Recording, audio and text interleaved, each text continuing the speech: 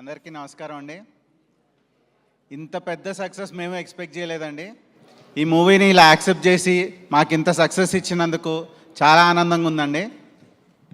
ఫస్ట్గా ఈ మూవీ గురించి మాట్లాడాలంటే ఇంత సక్సెస్ అవడానికి రీజను ఇది ఒక mother and son emotional movie అండి.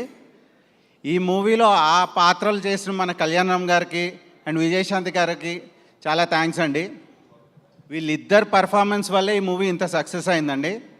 అట్ ది సేమ్ టైం ఇంత సీనియర్ యాక్టర్స్తో ఆ ఎమోషన్ని పండించినందుకు మా డైరెక్టర్ ప్రదీప్ గారికి అండ్ మన మూవీలో హైలైట్ డైలాగ్స్ అండి. ఆ డైలాగ్స్ ఇచ్చిన శ్రీకాంత్ విసా గారికి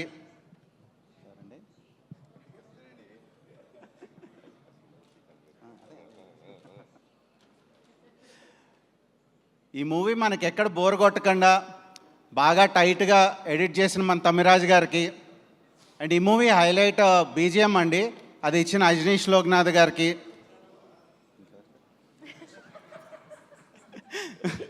ఈ మూవీ మెయిన్ ఫైట్స్ గురించి అండి. ఆ ఫైట్స్ మా రామకృష్ణ మాస్టర్ అండ్ పీటర్ గారు బాగా కంపోజ్ చేశారు. ఈ మూవీలో